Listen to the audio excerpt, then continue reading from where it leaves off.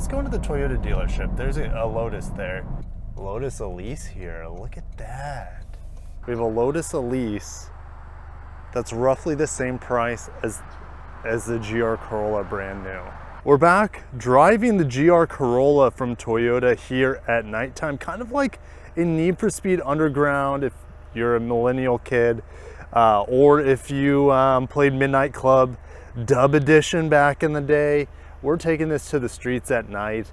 Not only is it cool to check out the lighting and give you guys impressions of what it's like to drive at night, but for me, there's just far less traffic and far less cars on the road at night where I live, and so I can actually ring this thing out. I can stretch the gears, I can rev this little 1.6 liter 3-cylinder to the red line and have an absolute blast with it, with its GR4 all-wheel drive system. So as this video is coming out, the 2025 model has already been priced. It's coming to dealers soon. I think within just a few weeks of this of me driving the 2024 model here. The 2025 gives us well, the option of the GR automatic transmission, or the DAT, direct automatic transmission. You're also going to have optional oil cooler. I think you also get an optional automatic transmission cooler on the well, the automatic equipped models. Obviously, it also has better aerodynamics. It has revised suspension, if I remember. It has better cooling through the bumper and things like that. If you guys can see, the front bumper here isn't the new one. And we don't have additional like gills around the wheel arches like the 2025 model. But to be honest, I still think the first generation, you could say the first pre-refresh GR Corolla models look better than the new ones. But that's just personal preference. And my battery's running low on my fancy camera, so I got to be quick about this. I gave you guys pretty much a pretty comprehensive review the last time I drove it. There's a new Camry, 2025 Camry in the spotting. I heard that Toyota hybrid noise. I drove it down to Key West with my buddies earlier this year for a road trip. I did fuel economy. I gave you guys just overall impressions. It was just an absolute blast. So if you want to see more of a traditional review of the GR Corolla, go and check that out. This is gonna be a nighttime review. And so we need to start checking out the lighting inside and out. All right, I love the lights on the back of the GR Corolla. Those have been unchanged on the hatchback for 2025, and I think the front lights have been unchanged too. So I quickly want to give you guys a look of the turn indicators because I think those are all unchanged. So this is actually relevant. This review should be pretty relevant for the 2025 model year. All right, I love the enormous daytime running light that turns into your turn indicator, that kind of wraps around your bi-LED headlight there. We have a nice, well, it's pretty small, to be honest. It'd be nice if it was a little bit bigger than this, but at least we have one on the mirror. And then the rear turn indicator, unfortunately, unlike the front lights where this whole piece starts blinking, well, it's just this little piece here, but it is LED. It's very, very bright. So let's go ahead and hop on the inside. Is there any lighting in the back? I'm not expecting there to be because it's a Corolla, and Corollas traditionally in America are very poorly equipped, poor materials.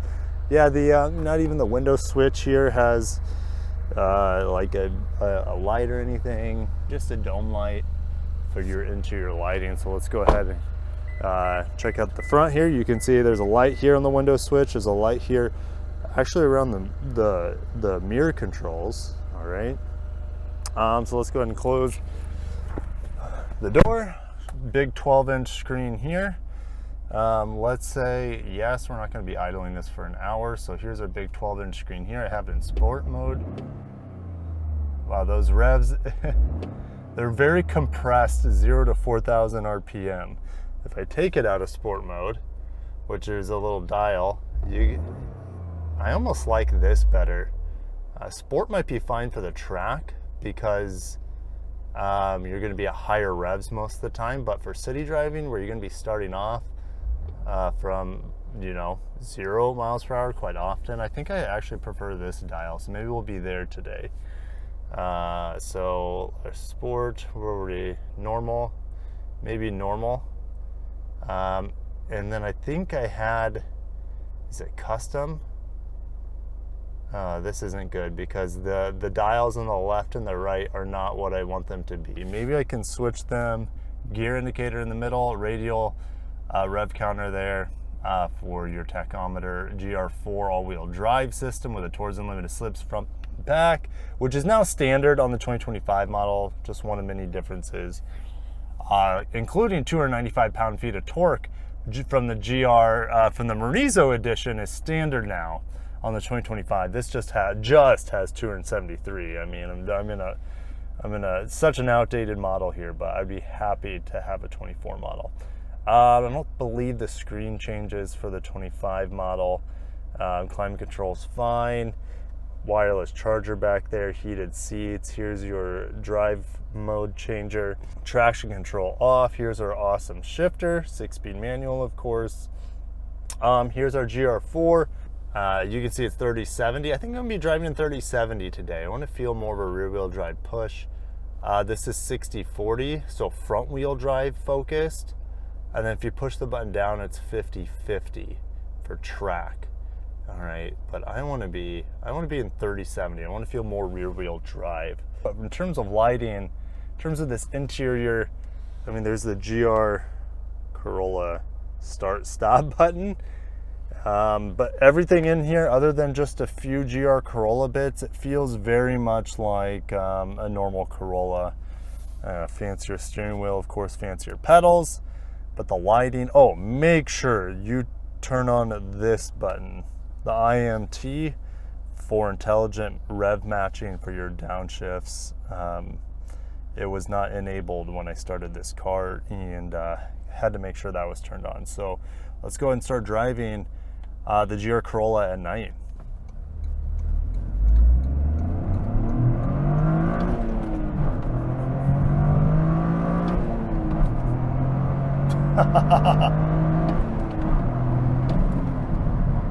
Perfect amount of power for the streets. The GR Corolla is just amazing. Excuse me, I'm coming off a cold, and here's the sad thing. This is the first time I've driven this vehicle, and probably the last time I've driven this vehicle this week. So this is a very bittersweet, what do you call it? A press loan with this vehicle. But I'll get it for the 25 model, in which we'll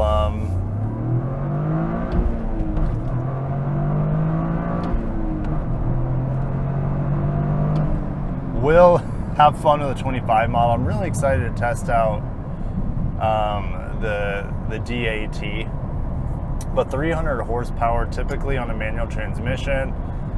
I believe it's near perfect for the streets, but that's just for my personality.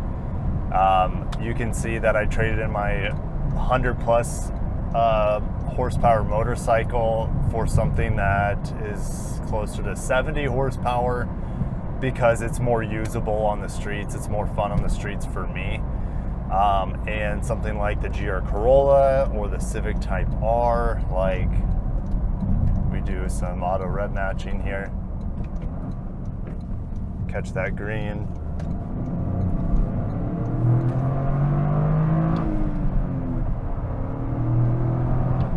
All right, so there's just so much to talk about here. I love hearing the turbo hiss as you shift gears. It sounds fantastic. The steering is very sharp in here. The car feels light. It feels compact, like the wheelbase feels very short on it. It feels in some ways like a smaller vehicle than the Civic. And maybe I need to put up the weight on the screen. I feel like the differences in weight between this and the Type R is not much, but it does feel smaller for whatever reason. And this isn't quite as smooth of a vehicle as the Type R. The Type R well, the Type R costs a little bit more, right? This one comes in around 41, 42, how it's equipped. But again, the pricing changed for 2025, and you know, have fun with your dealers and whatnot with the pricing of this vehicle. I believe that right now in today's market, with things cooling off, that you're likely to get a better deal on a GR Corolla than you are on a Type R, at least versus MSRP. All right, so let's talk about the lighting here. The lighting here should be identical to a normal. I'm going to turn off auto high beams on. It should be identical to a normal Corolla, and hey, they're actually pretty decent with the low beams. I can see maybe 5 feet up on each side. I can see maybe about 100 yards ahead of me with these low beams. Hopefully there's not enough traffic where I can throw my high beams on here in a second. There we go. And yeah, the high beams, I can see about 15 feet up into the trees. Well done. I'm very impressed with these high beams. The lighting performance here is fantastic. Holy cow, well done. I've seen, this is better than some luxury cars I've tested. So well done, Toyota, with the night lights on here. Pretty good uniformity too. So wow, that surprised me, to be honest. I figured a Corolla would have some lights that didn't perform as well. Well, that's not the case. They're perfectly fine. The comfort in here with these GR seats is fantastic. I really like the suede, the leather. You know, it would have been great to have some leather or suede, or I mean, prefer to be leather here. I think or fake leather would be more durable right here where my knee rests on the console. But you know what? Because of the, it's just personal preference here, but because of how my knee, or my, I guess it's almost like the top head of my tibia or my fibula here rest against this center console, is that it's not uncomfortable. I just do wish it was you know, better materials. I don't have a lot of space for my legs here, but where my hard parts of my knee and my leg come in contact with the side of the car, it's not like pokey, so it's not terrible. I was in a Subaru Outback this week, and it had kind of like a leather wrapped center console, but it was just really uncomfortable on my knee, how it came in contact. So I don't really have that issue here, even though it's cheap plastic. And it's good that Toyota's fixing a lot of the limitations we've heard about the GR Corolla. If all those limitations are going to be fixed, I'm not sure. I know that the differentials can overheat if you're doing a lot of tracking, is what I've heard. Now, Toyota's adding cooling, like additional cooling, like I said, especially for the automatic transmission, but optional oil cooler.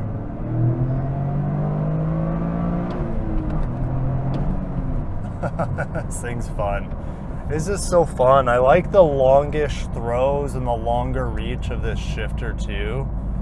I really like this manual. Now this engine is not nearly as like, it's like Honda's turbo 4-cylinder on their Type R is just ungodly smooth. Their gearbox is ungodly smooth.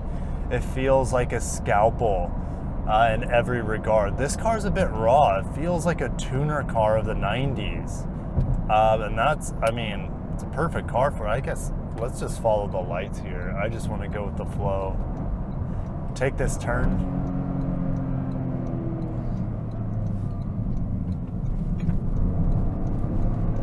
Lots of grip. Oh man, there it is. This car's a lot of fun. You know, it costs about as much as a Miata.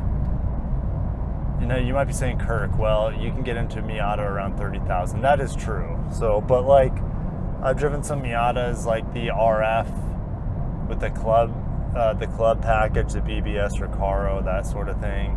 Brembo just bought out Öhlins. Brembo also needs to buy out Recaro. Recaro just went bankrupt. So anyways, RF Miata costs about as much as this vehicle does. And this vehicle, well, it's far more practical. It's faster, a lot faster. But, I mean, unless you're on a track, does it really matter? I mean, are you going to be racing Miatas on the street? Like, this car, there's so many faster cars for $42,000, used cars, you know? So, like, you buy this car because, oh, there's a Toyota dealership. Oh, let's go into the Toyota dealership. There's a Lotus there.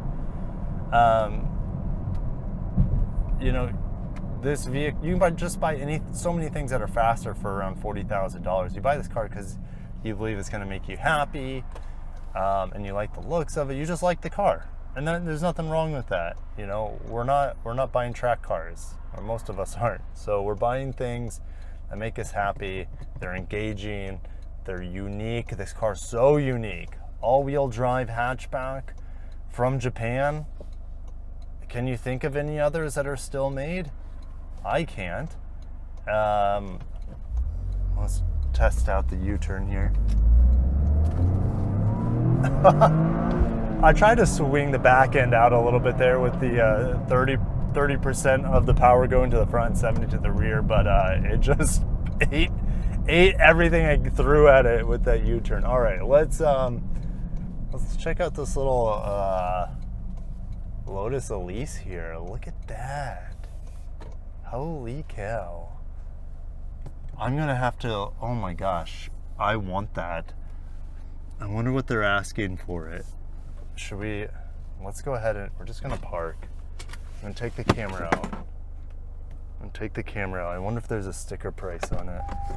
Oh, speak of a Miata and a WRX. We got all sorts of cool stuff. Oh, look at this little Elise, guys. What are we looking at here? 05, 59,000 miles. Do I have a price here? Okay. Sale price. Oh, it's 40,000. Oh my gosh. What a perfect thing here.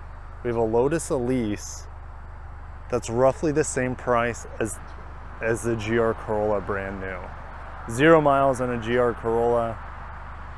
50,000 miles. Was it 59,000 miles on the Lotus Elise. Holy cow.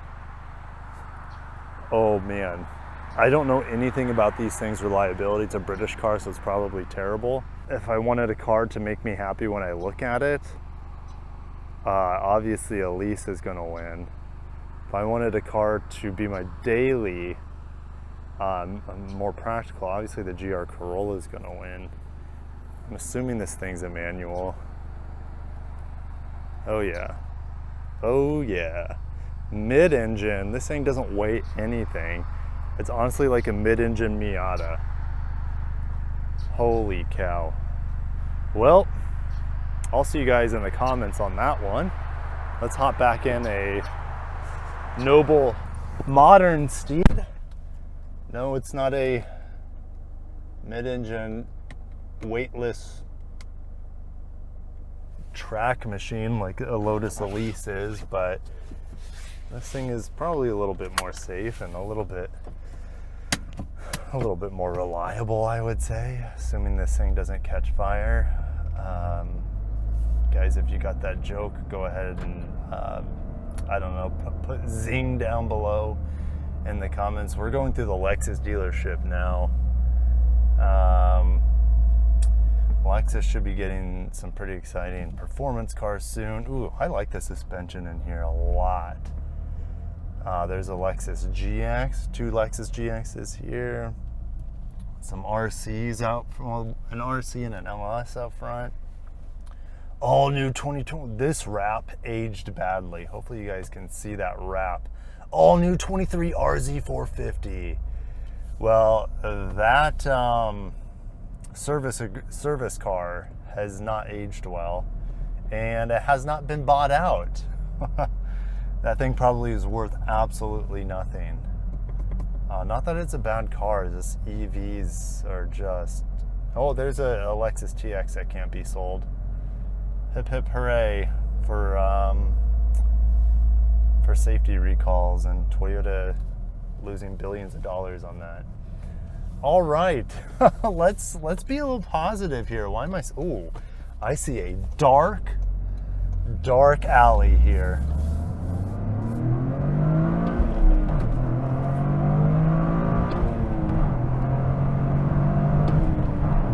Oh baby, I wanted to keep going, but I don't want to lose my license.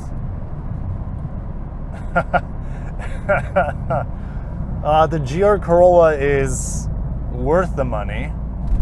Oof, oof. Those were huge bumps. I mean, no, they're doing construction around here. And the ride here on the GR Corolla is not overly like firm either, but those bumps were aggressive. Ooh, okay. So here we go. We already talked about Lotus Elise versus GR Corolla. What about What about GR Corolla versus entry-level Nissan Z? What about GR Corolla versus a completely loaded Miata? What about GR Corolla versus a Type R if you're able to get within $5,000 or so of each other? I mean, the Type R is a better car. Do I have more fun in the Type R? Actually, I don't. Because where I live, I have 0 turns. And the Type R is razor accurate and just an absolute carver of a road. It does have a fantastic gearbox. This gearbox is good too. It just has a little bit more character, has a little bit more vibration, a little bit more travel in it. The clutch is pretty fun in here too. So like, this to me has more character than a Type R. Type R is a better car. Type R costs a little bit more. Type R really, oh man, look at there's no traffic now. These lights are really impressive, guys. I mean, A plus on the lights. They could be brighter overall, but the spread of the lights is enormous. Very happy with it. Anyways, all-wheel drive here is more fun.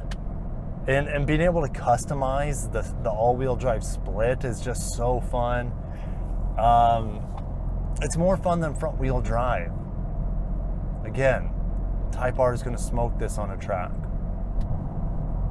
Type R will probably beat this overall in acceleration unless you're doing trails or, I don't know, unless you're doing 0 to 60s. I guarantee I'd be faster 0 to 60 in this than I would be in a Type R, just because this thing is just going to put all that power down. It eats all that power, no problem. All 300 horsepower here. You're never going to have tire slippage, at least in a straight line. Even with stock tires, it's impressive. This all-wheel drive system's legit. Let's see here. Yeah, so like the GR Corolla, the buzz has died down a little bit on it, but it is still highly desirable. It is still super cool. It's still a street, like a from the factory tuner car. This feels like this car was specially designed and tuned for Morizo Akio Toyota himself, even though this is not the Morizo edition, which has the rear seats taken out and whatnot. This vehicle is fantastic, and I love driving it, and it would be an amazing daily driver. And now that you have the option for 2025 with an automatic, I mean, it could bring more people into this car for the first time, and can make it even a better daily driver, even though people will argue that it's personal preference. But I mean, if you live in like Houston or LA, New York, places with disgusting traffic that saps every drop of fun from the driving experience, yeah, maybe get the 8-speed direct automatic transmission. Oh, this thing shifts like butter when you're at lower RPMs. Some cars shift like complete crap at low RPMs, and they shift better at high RPMs. This one's you know, when you're at high RPMs, it really likes you to kind of prime it with a little bit of gas before you get into before you start clutching into the next gear a bit, for smoother shifts at higher RPMs. But yeah, some like the Miata, for example, is not like that. And the Miata is just eager to go in the next gear. The Type R, the Civic Si, they're eager to go in the first gear. But there's no revving here like the Civic Si or anything like that. I feel like the shifts are more fun in here than the Boxer-powered GR86 as well. And I like this gearbox. Ooh, do I like it better than the manual Supra? Manual Supra has this crazy delay from first to second. I don't know if it's for emissions reasons. I wouldn't be surprised if it was. This huge delay from first to second, and it takes away from the driving experience. You almost have to double clutch it to get it smoothed out, or just wait forever as the revs drop. Oh, this thing, yeah, I really enjoy this gearbox. I'd give it like an 8 or a 9. I'd give it like a Mazda Miata like a 9 on the gearbox, and then Honda's Type R like a 9 or a 10. Civic Si maybe like an 8 because of the rev hang there, or yeah, probably like an 8. And then like the CT5 Blackwing like a 10. That thing's fantastic.